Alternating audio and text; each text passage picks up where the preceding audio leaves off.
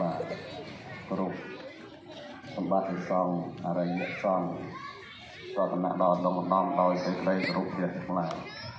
បាទយើងចាប់ដើមអ្នកមាសការដោយសង្ខេបទាំងអស់គ្នាហេមេហេតិបតុបាទិសង្ការេតិពុនទាំងធម្មសង្ឃទាំងអតិពោเวตาตินังคุณวันตา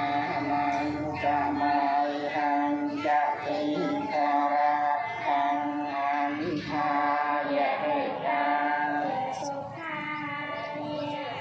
ยมเปรียบดารนาโสมโบจีจอมพวงเปรียบบุญเปรียบขอเปรียบสัง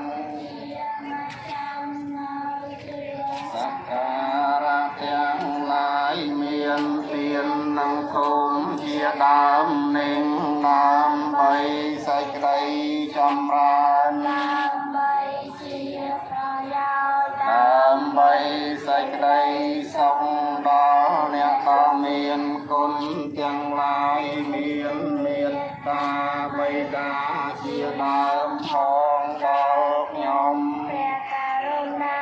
ផងអង្គការជាអង្គវែងទៅហង